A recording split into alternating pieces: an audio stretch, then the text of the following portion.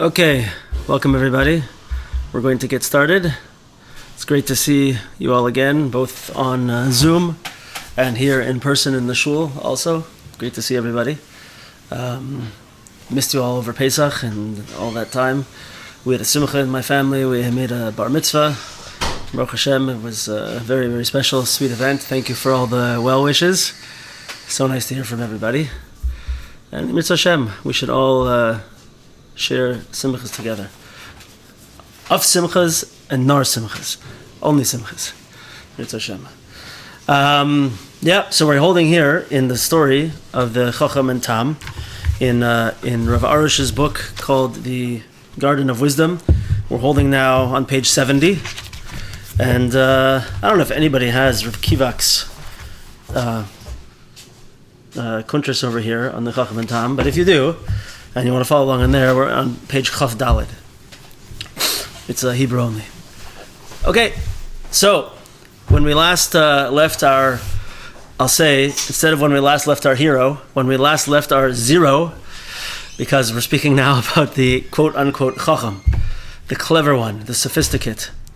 When we last left him, he had caught a ride with some merchants to Warsaw, and we understood that Warsaw was a made up of the words that in Yiddish that mean clarity and truth, because he is always looking for something. He needs to see things clearly.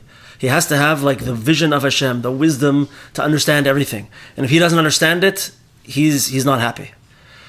This is where he was headed. And when he got to Warsaw, he looked around for a while and he asked them about the people that he was working for. And what did they say? This is a tiny bit of review from last week, by the way, just because there's a really awesome point just to finish off this inyan. He asked the people, what do you think about these people that I'm working for? And what did they say to him? They said, these people that you're working for, they're good people. And it's advisable to work with them.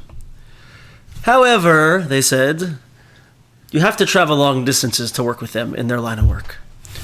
And so we mentioned last week that one of his big mistakes that Rav Arush said over here is that he missed the most important point. And that is that Hashem put you together with good people. And it would be good for you to stay with these people. Rather, he only grabbed a hold of that one little bit of negativity, which is that, you know what, you're going to have to drive a long distance to do this job.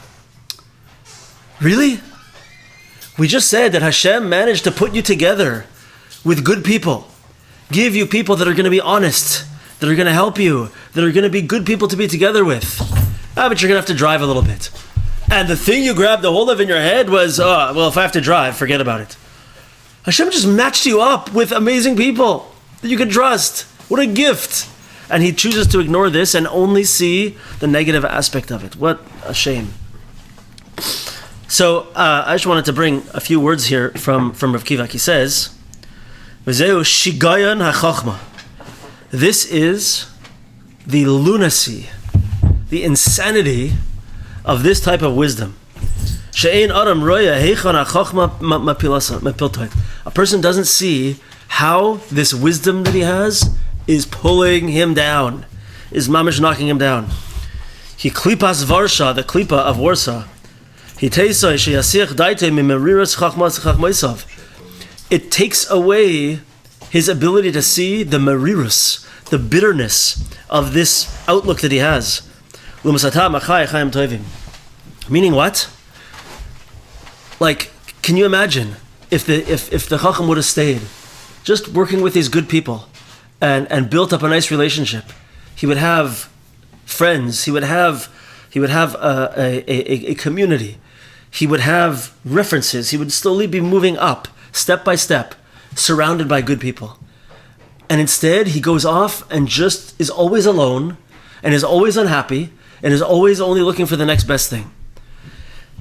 The insanity of this Chochmah is that he can't see it. He can't see. He's blinded to the fact that he could be happy and living in a beautiful place. And we're going to see the ultimate expression of this in today's portion that we're going to see. But this is the insanity of this type of chachma. And so you'll see, I'm sure we all know people, and maybe we've been those people who are not happy, and who are just always looking for something else. And we can't be happy where we are. I don't like this rabbi. I don't like that rabbi. I don't like this shiur. I don't like that shiur. I don't like where I live. Maybe I should move here. Maybe I should move there. Oh, I can't pick someone to get married to, because what if? What if I marry this person? What's going to be? What if I marry this person? What if they don't end up being exactly what I want? What if? And living in this world, this quote unquote chachma is tearing away the possibility for this person to be happy. But what are we saying? The person cannot see it. I remember, I probably have said this 100 times in our shiurim, but I heard from Rabbi Weinberger one time in a shiur. He said, I don't remember where he was quoting from, but he said that the curse of a Jewish person is that we are blind to our own biggest struggles. We're blind to our own biggest struggles, right? And so everybody knows this, right? Because we know a lot of people, and we know exactly what's wrong with them, right? Yeah. But when it comes to us, we're up and down, and we can't necessarily see what our own issues are. We're going to get the antidote to this over the story. So that's the first point, going back on last week. Second part is, so he goes now and he sees these fancy pants guys working in the clothing industry, and they have fancy pants shirts, and you know it, fancy pants. And they have pointy shoes, fancy pointy shoes, right? And he sees them all like this, right? And so but what does he see? He sees the servants who are working at the lowest level over there. This is his second fall. This is his second downfall. He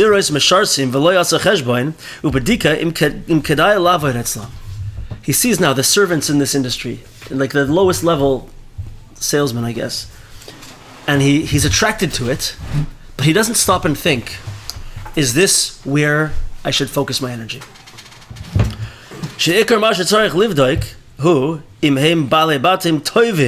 The main thing he should have looked for, like we were just saying, is, are the business owners good people?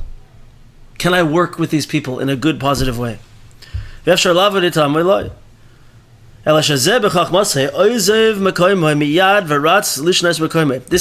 his big wisdom, is he has to leave one place and go right away to the next place. He can't stand staying where he is.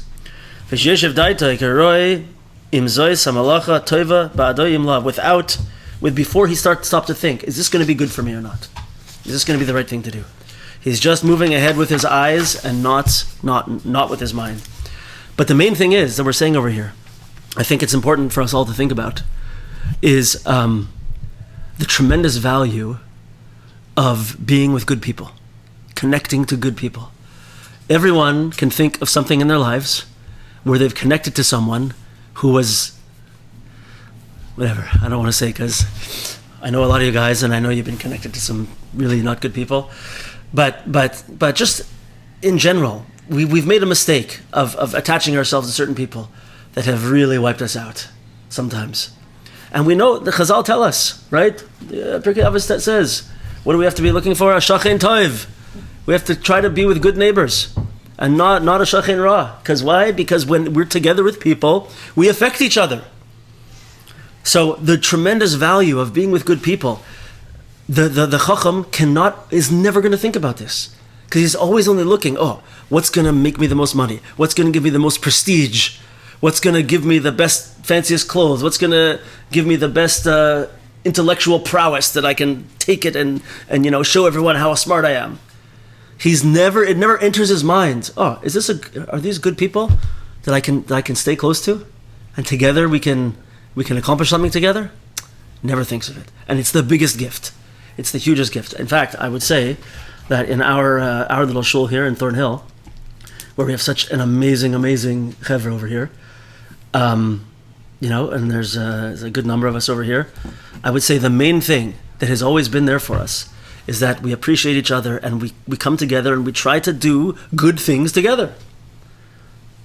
Good people together is the place to start. Is the place to what they say? It's the place to to tie up our horse? There's a good saying for this. I don't remember. Okay. To anchor. To anchor our boat?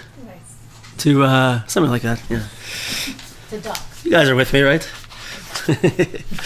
We are with you, Rabbi. Dock our boat. Okay, let's go. So we're now moving on to the next part of the story. So we're on page 70 in Rav Arush and page Chav Hey in Rav Kivak. Okay, so it goes like this. I'm just going to say it in English here. His employer gave him hard work, and he would send him to customers bearing merchandise as is customary for servants. They need to hold their arms upraised, draping the garments along their arms length for the customers to see. This work was very difficult for him to bear. Sometimes he would need to climb up many flights with his load, and the work was very hard for him. So he contemplated, for he was a highly intelligent philosopher. Why should I do work like this? Why should I do work like this? A little farther, I'm going to read in the story. For truly, the main reason for working is to achieve the goal of getting married and making a living. But I do not need to be concerned about this yet. I will have time to deal with this in the future, in the years to come. In the meantime, I am happy to roam around the land in different countries and feast my eyes on the world. Okay, so let's get to the first point over here. And I know I'm sounding like an old man.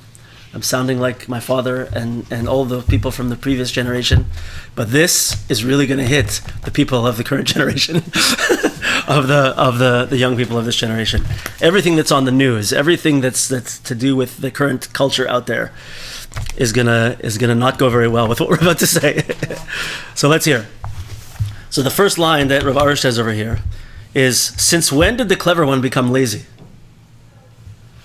He doesn't want to show garments over his arms that, oh, it's too hard for me to do that. Oh, I have to climb up a lot of stairs. It's so hard. What? This is the guy that was like prepared to start at the bottom and travel and get on a wagon and go to Warsaw. Now he's afraid of a little hard work? Like, what's happening over here? Not only that, what is he doing? What's his plan? With all his wisdom, by the way, it's another place you see over here where Rabbi Nachman is making fun of him. He says, so he contemplated, for he was a highly intelligent philosopher. Like, he's tongue-in-cheek saying this. Oh, he's such a smarty pants, right? Why should I do work like this? So hold on a second. First of all, this whole thing we're talking about today is going to be about the value of hard work and the importance of hard work, right? Which is a tremendously powerful concept, Jewish concept, definitely. And just like Pashat Seichel also, hard work is important. If we don't put in hard work, right, we're gonna say in a page from now, to paraphrase our sages, if you work hard for an achievement, believe that it's for real. If it comes easy, don't believe in it, right? So you got to. If a person says you got to Yomatsasi, I strove, I worked, I toiled, and I came out with something. Tamin, you can believe him.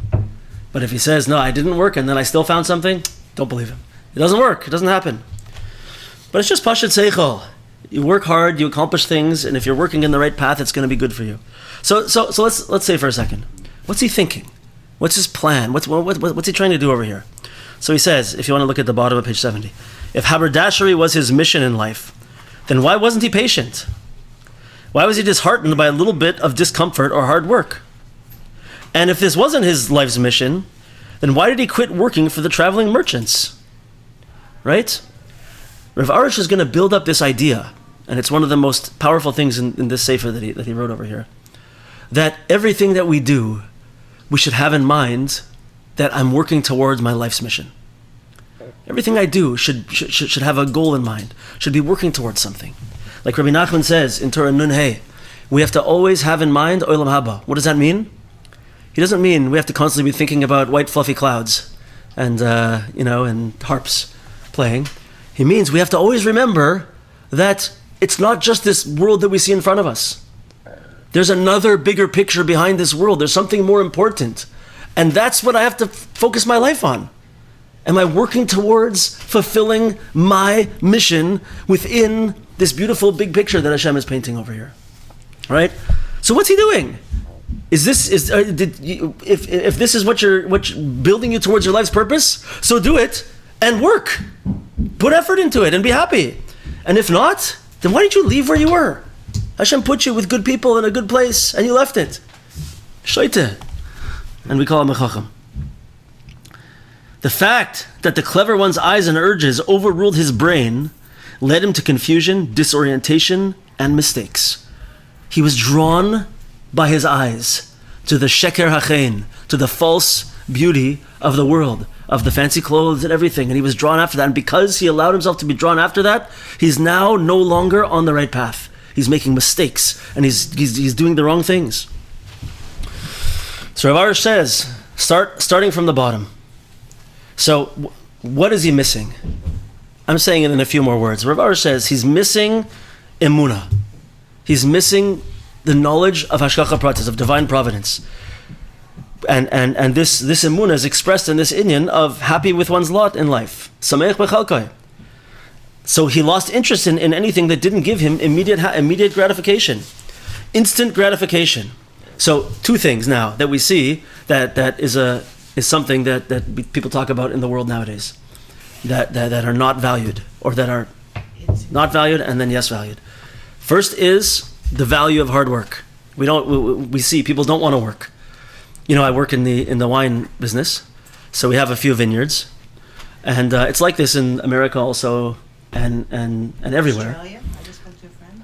I'm sure it's the same, but we will never be able to, except for me and my son who comes and helps sometimes. You will never find Canadian-born people who will come out and work in fields, do the work in the fields, even if they have no money, even if they have to collect welfare checks and do whatever they have to do, and they're poor and destitute. Only foreign workers will work in the fields, and that's the least of it. You see everywhere there's labor shortages, but there's an abundance of people who are not working. People don't want to work. This is what's going on right now. I'm wondering to myself, what were they thinking? What was it like for our parents and grandparents who used to say this about us and our parents? We might have been pretty hard workers. Can you imagine if they saw it nowadays, what they would be thinking? Oh my gosh, they couldn't take it.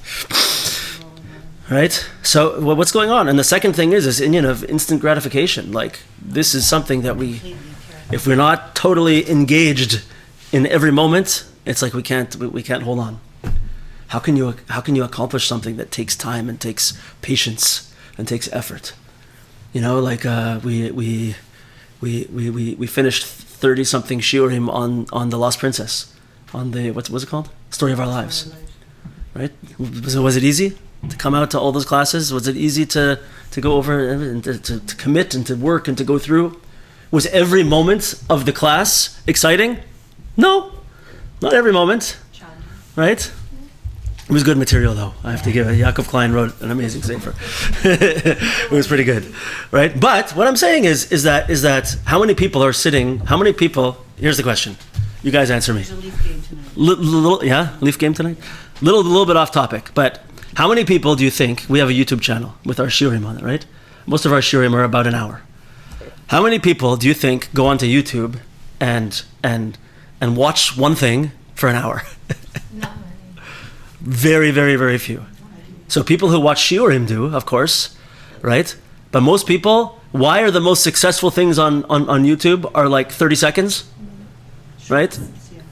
Short things, because if after 30 seconds it starts to dwindle in its ability to engage us and to light our brains up and to put whatever those chemicals are, serotonin, uptake, I don't know what they are. I'm making up words now. But, right? But if it doesn't engage us absolutely for every second, right? We're out. And make us feel good. We're out. Sima, you want to say something? 1 second, hold on. I got to turn the volume up. Yeah, go ahead. Or at any time. You used to have all the shiurim were like an hour. Like you would go on and you pick somebody that you were following an hour. That, let's say about 8 years ago. Now, they have these like short little 7-minute clips and 2-minute clips. I know. It's most like that. And even the longest year is like 30 minutes. It changed completely. I'm totally on your team. I feel this about Torah anytime also. I want to listen to, I'm somewhere, I want to listen to a long shiur, and everything's like 5-7 minutes. I don't want it.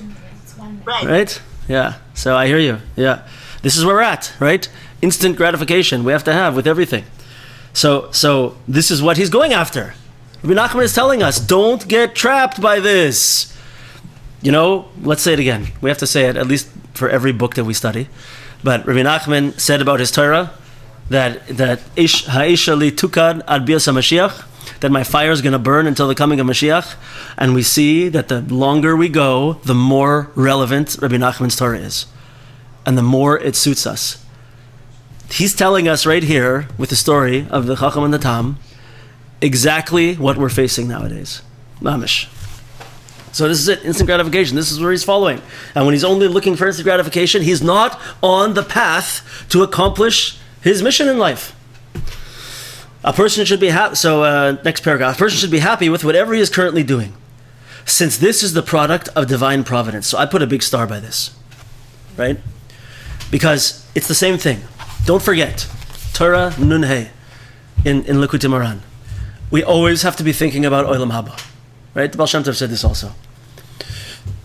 And thinking about Olam Haba means that there's another dimension. There's another thing going on behind the scenes. It's not just this simple illusion that's in front of me, right? So if a person is always thinking, what's my Olam Haba? That doesn't mean what's my reward.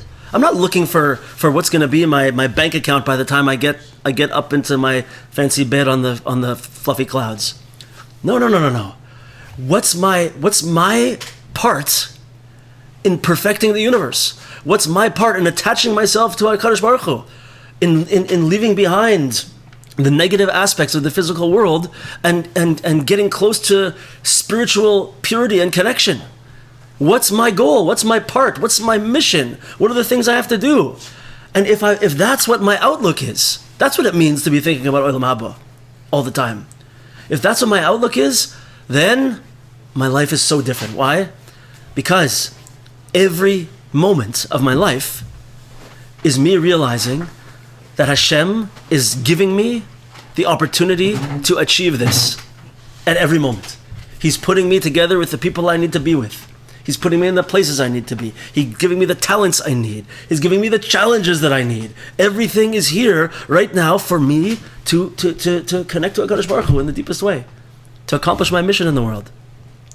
Right? So that's what my every moment is. That's why a person should be sameach b'chelkoi. Not because we should just learn to deal. That's not what sameach b'chelkoi means. Just learn to deal with being happy with nothing. It's maybe a good advice anyway. But that's not what it means. It means that whatever you're having right now, you should be ecstatic. Because this is Hashem giving you what you need and helping you along your path. And if things are hard, it's just He's trying to nudge you back on. We went the wrong way a little bit. He's nudging us back.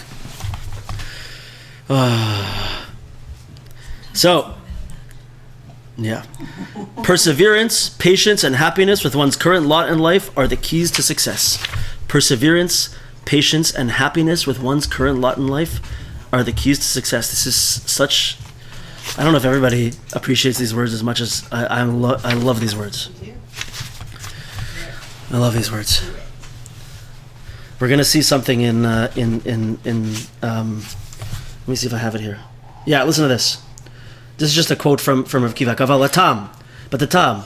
Every day, the Tam is filling up his day with fullness and with something that's building. Even though his work is not perfect, his avoid isn't perfect. But what does he do? He grabs half an hour of Tikkun Chatzos today. He takes half an hour before morning and davens a little bit. And every moment of the day he's besimcha. Why? With this, how much was I able to accomplish today? How much was I able to do today? Right? The Chochom said, the Tam says, you know what? Yeah, I don't know. I'm not perfect yet. But today I did something that's building me up to tomorrow. And then tomorrow I'm going to do something else. It's going to build me up to the next day. And so on and so forth and so on and so forth. And if a person builds a little bit every day and is besimcha every day, then what happens? That structure gets higher and higher and higher. And we're going to see, spoiler alert, that in the end, the Tam, he just keeps getting higher and higher and higher until in the end, he's like a what's it called? Like a minister in the government, and he's super wise and intelligent, and he knows a lot of wisdom, and he why? Just he just kept going every day, happy where he is, building a little more, a little more, a little more. Yeah, but why? Because he went step by step. What did he do? Perseverance, patience, and happiness with one's current lot in life are the keys to success. So, Rav Itchamar Morgenstern in Biyam Darkecha, speaking about the inyan of katnus, of when we find ourselves in a state of lowliness in our avodas Hashem. So he says that we make a big mistake, and we think. This is a little bit off the page, but let's get into it a little bit anyway. It's good stuff. He says we make the mistake thinking like this: when I'm hit with a yerida, I'm going down. I don't feel in my heart avodas Hashem. I don't feel in my heart davening, learning. I'm low. What's yerida? A descent. Okay. Right? And I'm in this place. What do I think? I feel like Hashem's far away from me. Right? We said 100 times. Menachem tells us, I think it's in Torah Lamed Aleph, if I remember correctly, 31. That's not the story at all. First of all, we have to remember that when we feel like that, it's not because we fell backwards. It's because we moved up to a new level. We went higher. And now that we're at this higher level, we have a new set of challenges to deal with. That's why we feel this way.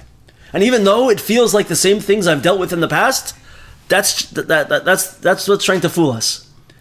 I moved up to a new level. The klippas now are trying to stop me. The negative forces are trying to stop me from being successful on that level. So I have to do the work of wiping out those klippas, those negative spiritual forces first to exist in that level. Right? So this is the real reason why life is always up and down and up and down and up and down. Why? Because it's not. It's always up. A Jew is always moving up, he says.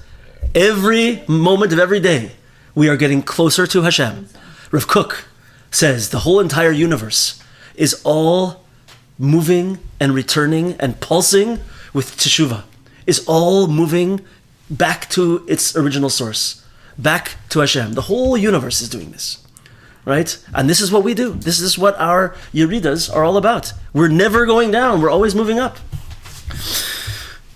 And so, it's we can't think this way. So he says, just along the lines of what we're saying over here, this is such a beautiful way to think about it. So what happens to a person when they're in this yerida, when they're in this lowered state, is they tend to not daven, not do mitzvahs. They tend to want to withdraw and to not engage in these things. And he says, that's actually the time when our work, our avodah is to do those things, davening, Torah, mitzvahs, even in an outer way, without feeling it. Usually we never say things like this. Usually, what do we Hasidim always want to say? Oh, you have to do it with hearts, and you have to, with depth and emotion and everything, right? But when we find ourselves in this state, our purpose is, our job is at that moment, is to do the work without the feeling. Why? This is the kicker. Why? Because it's those things that we continue doing at that stage that are actually building the foundations of the palace of the next level. It's those things that are giving us the groundwork. They're laying the groundwork for the tremendous sense of feeling and meaning and connection that we are about to achieve. But if we don't hang on and keep the Torah and the mitzvahs at that stage, we're going to be stuck. That's the perseverance you're talking about. We're going to be stuck, yeah. So patience, perseverance. That's why he says over here, you know what? You don't feel good about davening today? What does the Chochom do? He's like, this is all pointless anyway. I'm not going to, I don't even feel like it, so what's the point? That's what the Chochom does. What does the Tam do? he says, okay, Nebuch, I don't feel so great, but you know what? I'm going to chapa shacharis now. I'm going to go daven. Okay, I'm going to learn a little bit. I don't feel like I can learn as much as I want to, but you know what? I'm going to learn whatever I can. And he does it, and he says, this is where Hashem put me right now. Hashem wants me to serve him without a lot of feeling right now. I'm going to do it. And that tam, with that sense of tamimus, what a beautiful example of tamimus. He is the guy who's going to be stuck there for a short time, and then he's going to move up a little bit. And he's going to keep doing that and keep doing that, right? Because he's every step, he's holding on and laying the groundwork for the next level. It's a little bit deep and a little bit off of the straightforwardness of this story, but I think it's amazing. It's amazing to think. So we got to listen to this. Patience. What is it again? Perseverance, patience, and happiness with one's current lot in life are the keys to success. Okay, very good. Yep. Okay, so let's move on to the next part over here. Page 72. For truly, the main reason for working is to achieve the goal of getting married and making a living. Okay, so first of all, the Chochom has decided that he figured out what the purpose of the universe is, and that's that he should get married and make a living. Problem number one. So, Rav Arush says his goal of getting married and making a living shows that he has no connection with Emunah, and really, I would say, in the purpose of existence. Nothing, even... Everyone knows getting married, having a house with shalom bayis, kodesh kadashim, right?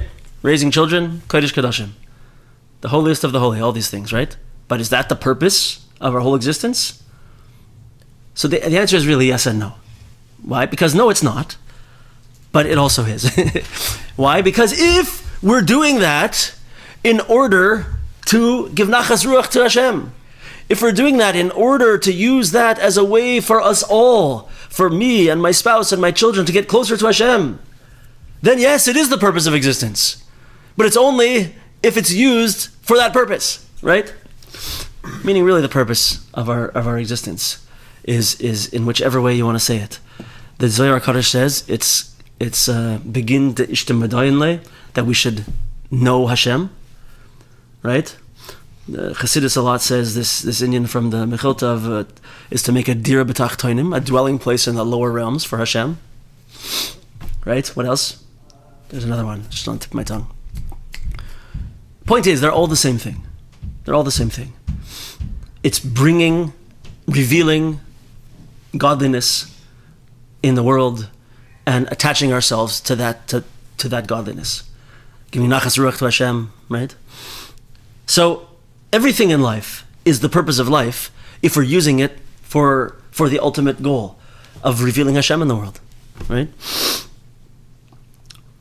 Amazing. So he doesn't think like this. He says the goal is to get married. So now that he's decided, he's made up that the goal itself is to get married and have children, he says, okay, but if that's the goal, I don't have to do it right now. I can wait a while. I'm going to put that aside and I'm going to go do what I want for a while. Because I don't need to do it now. There's plenty of time for that. Right? Shtus, again. Right? Insanity. If that's how I see it, that is the person who doesn't see Olam Haba in the world. The person who sees the bigger picture, who sees the Olam Haba, is like, this. Every moment is valuable. Every hour is valuable. I'm going to get married now because I'm going to start. I'm going to build a house. I'm going to build a makom shalom bayis. A makom hashras ha-shechina, the place where the Shechina is going to dwell.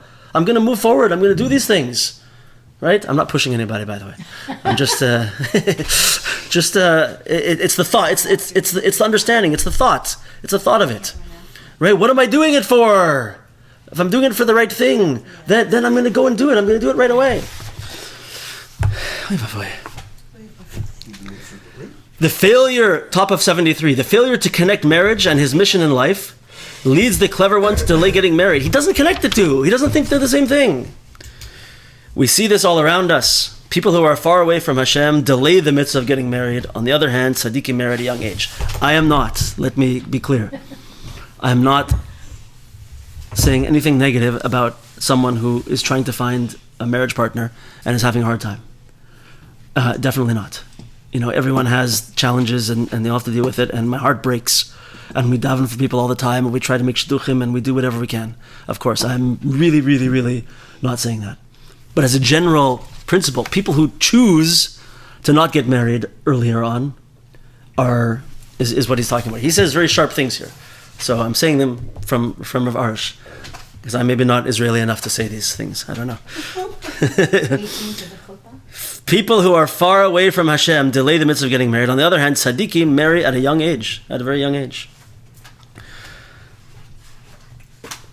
Okay, people who are detached from their true mission in life, balk at accepting responsibilities. With emunah, the money in one's pocket assumes a new and more meaningful dimension. Rather than using money aimlessly to wander around and look for entertainment, temporary gratification, the money of an emunah-oriented person becomes a wonderful tool to honor the Shabbos, to cherish their wife or husband, educate their children in Torah. Working for such emunah-laden money is both meaningful and gratifying, since the money becomes a vehicle to fulfilling a higher goal. So just like he didn't see getting married as a vehicle for bringing godliness into the world, so too, we have to have the same vision with money. With the money that we make. Why? I said the story last time, I'm not going to say it now. If we view the money that we make as only there to allow us to be able to do the things that are important, right? I need to make money. Why? I need to wear a talis. I need to fill in. I need to make Shabbos. It's not cheap, right? We're putting 100 new sidurim in the shul coming up, because they're all falling apart, right? Okay, this is what we need money for. I don't need money to go and buy pointed-toed shoes,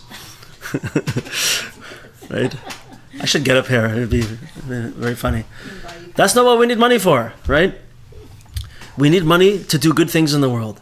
And is it okay to try to make good money? Of course it is. But the main thing is that we're saying over here, I wrote this somewhere, where did I write it? Is that it all has to do with our intentions. We're going to see it a little farther ahead. Listen to what Rav Kivak says over here, and we'll bring up another amazing Torah in Likutei Moharan for this. Kichol inyan hamasu matan. The whole idea, the whole entire understanding of masu matan. Masu matan is the word for doing business. Is like this. Is a ikar soida hashgacha. It's the main foundational secret of divine providence. Like Rabbi Nachman says in Torah Nun Dalet 54, that all items, like purchasable items, what's the word for that? Merchandise. All merchandise moves from one person to another. For what purpose? Why? Lefi aliyas hanetzoyzes hakadoshim eitzel kol nefesh v'nefesh. Only for the purpose of the elevation of the sparks of kedusha that exist in that item. What does that mean? It means look around your house. Anything that I own has come to me for a purpose, and there's something that I'm supposed to do with that thing. That's part of my purpose. And that's why it came to me. That's the reason I have it. So, like, for example, it's very easy for me to say it here right now, because I'm sitting here in the shul, and I have in front of me a laptop and a phone and a microphone. Okay, so it could be that someone wants to buy a laptop because they are addicted to technology, and that's one thing. Or they want to be able to, I don't know what people do. They play gaming, whatever it is. They want to do shtussy things, and they want to kill entire days just playing, right? They want to do this. That's one way. Likely is not the ultimate purpose for that tool and the reason why Hashem brought it to you, person. It's easy for us to say now, because we're sitting here and we're using the computer and the phone for Torah and for shiurim and for connecting, right? Remember what we said? You got to connect to good people? We're connected with a bunch of good people right now, online, right? Amazing. In different places in the world. It's totally awesome. So it's easy to look at these things and say, must be that this computer came to me so that we could use it for holy things. Very good. It's not always that easy, but this is really the way to look at it. Why do I have a car? Right? Do I have a car in order to flaunt my wealth and to show people how I don't know, people, how people take their cars and they put something on it to make it really loud? Wow, it drives me crazy. Right? Yeah, and they're driving down in the middle of the night down the street over here, and so that person did not get their car to drive them to do mitzvahs. Right? They got their car because they, for some reason, need everybody to know that they can make their car really loud. I don't know. I don't get it at all. They have to have a fancy car, so everyone looks at me and says, "Ooh, look at this guy with his fancy, Rolls Royce." I don't know. It's a different thing, right? Or is my car there for me to do good things with? Whatever it is, you could have a nice car, right? But use it for good things. Use it for the right reason. So you can display what your purpose and what your reason is for any of these things. So anyway, he's saying over here that everything that we have has a purpose. Remember, olam haba. Everything that I have has a spiritual essence to it. And if I could tear back the curtain, I would see that I am a spiritual energy. And that thing has a spiritual energy that only I can release and allow it to elevate. Right? So Rabbi Nachman says over there, this is why things come to us. Here's what I found. And also, my watch just talked to me as we're talking about why things come to it. I don't know. It said, here's what I found. I guess... I'm not sure I understand. I don't know what to say. I love this class. Turn it off and listen. So he says, right, that this is why the things come. Just remember, I am a spiritual energy. The items that I have are a spiritual energy, and my job is to allow the spiritual energy in that thing to release and elevate. So you see the importance also of the mitzvahs of like not stealing, right, or not forcing someone to give you something that they don't want to give you. Why? Because it's not mine. I'm taking away the ability for that spark of kedusha, of holiness, to be elevated. I'm stopping the perfection of the universe by taking something that's not mine. And if I don't do what I'm supposed to do with that thing, I'm preventing the perfection of the universe. So too, he says over there in that Torah, sometimes you see that someone has something, and then after a certain amount of time, they give it to someone else. They're like, I don't want this thing anymore. I put it up for sale, whatever it is. I happen to we used to have a tenant in the basement before, when the shul was half the size. And so just before we expanded the shul, we bought a new washer and dryer because it broke. And then right away, like a month later. So we had that washer and dryer, and I put it up for sale just before Pesach. And one of the rabbis in the community needed it, so we gave him a good deal, and he still has to pick it up. But it's so it's going to go to him, right? Meaning what? Because sometimes we have something by us, because we have a certain mitzvah, a certain thing that we have to do with that item. And when we're done, it's going to go to another person because they have something to do with it that I can't do. Right? He says not only that, he says sometimes that thing will come back to the person, to the original person. Why? Because maybe in the first place, I wasn't ready yet. I wasn't ready to do what needed to be done with that thing. So it had to go to someone else for a while. And then it came back to me, and now I've grown and I'm able to do something with it. This is the vision of Olam Haba in the world. This is the way the Tam sees the world, that everything is Hashgachas Hashem. Everything is divine providence. Right?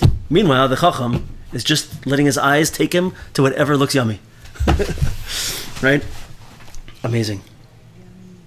He makes an interesting point over here, just as an aside. I don't know how far we're going to get here today, but he makes an interesting point. Everyone knows that Likutei Moharan is tremendously deep, right? And it can be very complicated at times, as we all know. So he says over here, it's interesting. He says, even though we learn Likutei Moharan and we try to pull out deep wisdom from it, very, very deep ideas, and we do. And, on our level, we take out whatever depth we can extract. And it goes way, way beyond that, of course, right? This is what we do. But he says, Neda. 1 second. Neda ich linatzal mizeh l'maisa. Ki bevadai ikar ha'aras ma'aseh hatam hu ayedei kriyas haloshen shel Rabbeinu HaKadosh kamoishu b'tmimus. He says, we're taking deep wisdom out of this story that we're learning right now. But he says, the main way that we're going to be saved from all of the problems of the Chochom is just by reading the simple words of the story that Rabbi Nachman wrote. Right? So we have to remember, while we're learning all this deep stuff and going off the page and having fun, it's fun for me anyway, right? We have to read the simple, plain words that Rabbi Nachman wrote. We should read it like all the time. And that's really going to give us the juice. Okay, so let's skip over here to Rav Kivak now. We asked, Rav Arush mentioned that what happened to the Chochom? He all of a sudden became lazy, right? He was gung-ho, and now he doesn't want to walk upstairs anymore. He's afraid to walk upstairs. That's it. That's why he's quitting now. He doesn't want to hold the garments up on his arm. It's too hard for him. What happened? Ha'emes. Shakol b'hashkachas Hashem. Everything is the hashkach of Hashem. Gam al ha'na'alayim balei achein v'chol nesiyas ha'sechoros al ha'aliyos. The shoes of those fancy pants people. That's how I'm translating balei achein, by the way. V'chol nesiyas and all of the carrying of the merchandise up the stairs, al ha'aliyos. Zehu ikar emes. This is the real main aspect of the truth. Laleches midarga ledarga is to go up step by step. Shezeh derech ha'olam shekedei lizkos le'ezeh aliyah. This is the way the world works. If you want to make an actual ascension, you want to really actually move up a little bit. You want to lift yourself up. Tzarich le'is'ametz v'la avoid kasha. You have to strengthen yourself and work hard. And then afterwards, you'll go up a little bit higher level. Right? So, once again, the same thing that the Rav Arush said.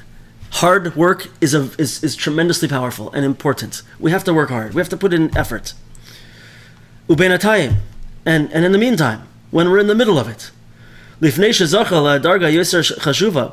haven't gotten up quite to that next level yet, we have to be happy with this that we have, with tamimus, with simplicity. And not to cry that I haven't reached the top yet. So this is the beauty of the way Rav Kivak goes into the words of Rabbi Nachman. You hear what he's saying over here? The Chochom didn't want to climb up the stairs and didn't want to carry all the merchandise up. He says this is exactly the point. This is exactly the problem. Is that in order to continually rise up and up, we have to do hard work. We have to carry the heavy merchandise. And you know what else we have to do? We have to go one step at a time. The Chochom is just saying, I want to be up there, and I'm down here right now. There's no elevator. The stuff's heavy. This is not for me. This is not for me. This is what he says. Right? He doesn't realize that that's the whole point.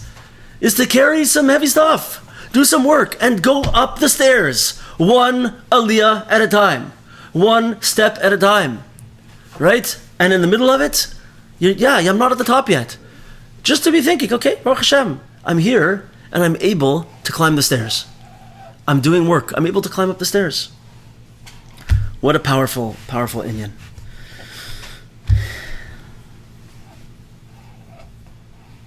Yep.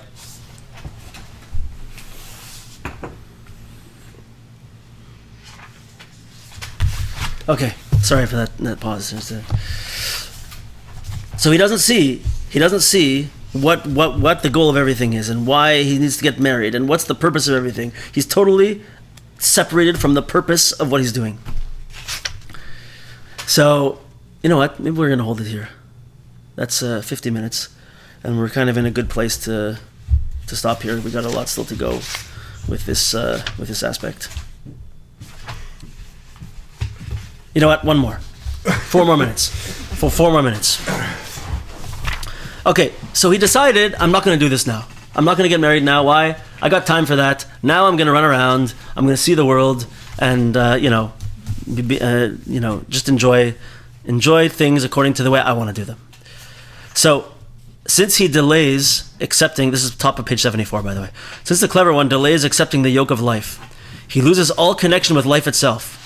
We have nothing but the moment at hand. The past is gone and the future is not yet. Therefore, when we squander the moment at hand, we squander life itself.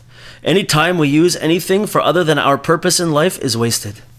It's a little bit harsh, and it's a little bit daunting to say that if we're not every moment working towards our ultimate future and goals, we're wasting time. Okay, we don't have to be perfect. This is part of the problem. We don't look at that and say, well, I can't use every moment properly, so I better just give up. No.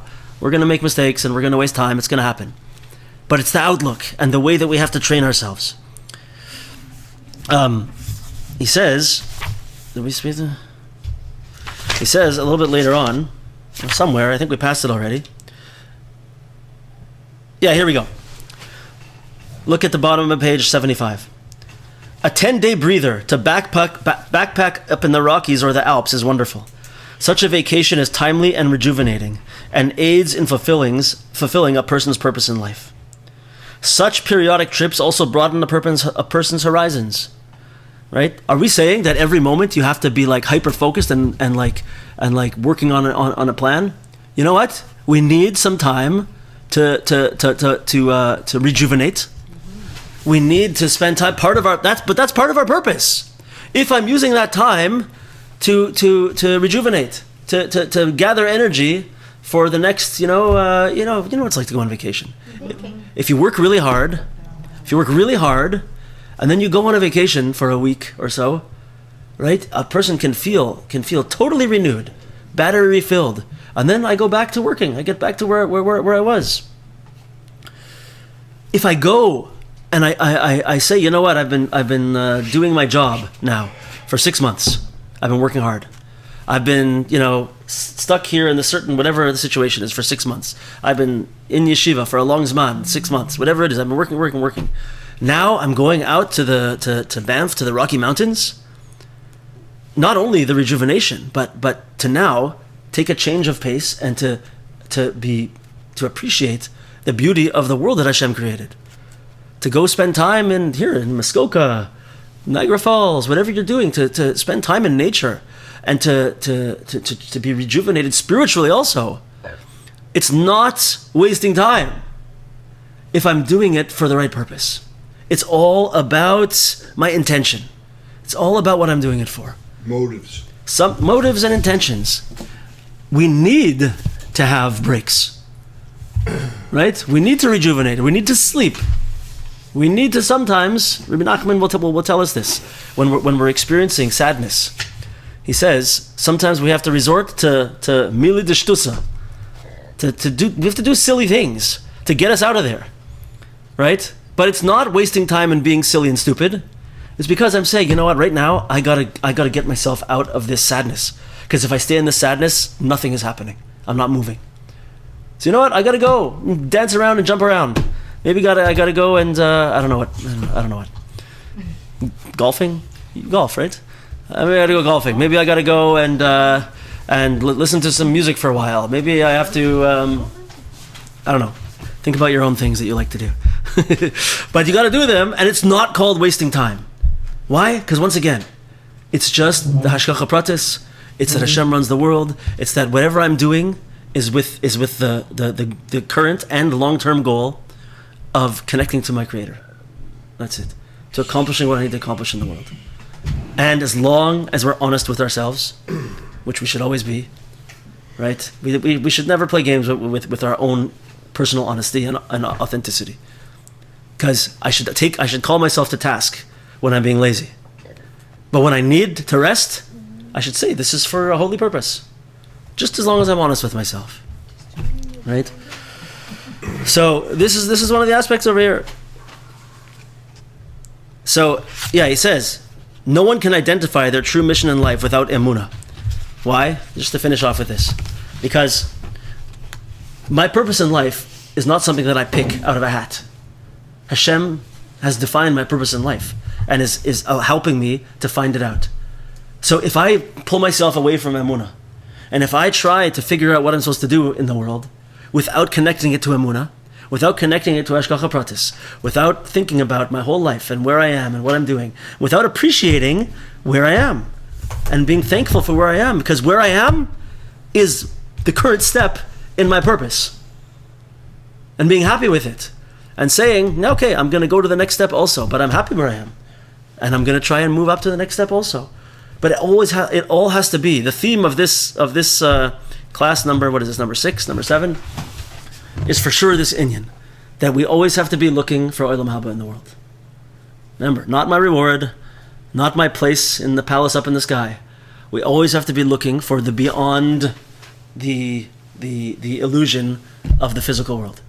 What is going on behind the scenes? What is the bigger picture? What is the spiritual reality behind everything? And with that view, we can be successful in all these different ways. Do we have any questions or comments or interjections or arguments? What do we have? Can we make a dedication of this class to somebody who needs refreshment? Of course. Chaya bat Vitel. Chaya Bas what? Vitel. Vital. Vitel. Vitel? Vitel? Like instead of Gittel, Vitel. Vitel. Okay. This whole class today is in the schus of Refuah Shlema for Chaya bat Vitel. Yeah, perfect. Thank you. Mr. Hashem, Shishna Refuah Shlema b'seich shar Chole Yisrael. Amen. Yeah. So what happens Sandra. if you break things? I break a lot of things. So what happened? Honestly, so a picture. I'm sitting there, just Yeah. accidentally, we were from our honeymoon, fell and crashed on the ground. Right. I find a lot of stuff from my just. That's the Chaim. That's why I take it as. Amen. Right.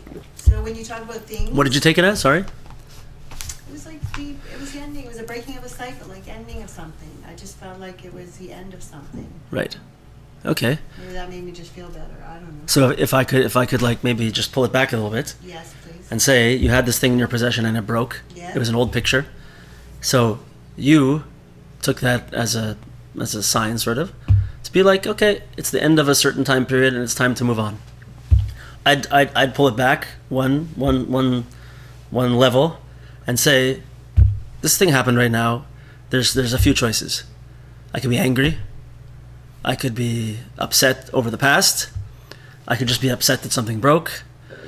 Or I could say, okay, accidents happen. I'm not angry. I'm not going to get angry. Hashem runs the world. That's one step. Or I could look for a little bit deeper meaning and say, oh, you know what? Maybe it's time to think about that I'm moving on to a new stage in my life. Maybe it's a higher level. But something, not that you had to take that picture and do something with it. The fact that it broke, and now you have to be involved with that picture breaking, is going to be the elevation of the spiritual essence of that picture. So it sounds to me like you did a good job. But I don't know how the world works in all its deep ways. So Well, you have two choices. you hear what I'm saying, though? I did. Fix the picture frame? No. No, Or put it no, away. I actually threw it away. Oh. And burn. What was that? Anybody else have any thing to add before we lock up for today? Okay, everybody, we're starting on Wednesday a brand new, not only a brand new Torah in Likutei Moharan, a brand new section in Likutei Moharan called the Wise Men of Athens. So everybody should chaperein and come and join us Wednesday night at 9:00, and tell people it's a good time to start learning Likutei Moharan at not only a new Torah but a new whole section of Likutei Moharan. It's been awesome to see you guys again, and Mirza Hashem, I look very forward to seeing Wednesday, and classes are back on Mirza Hashem ongoing.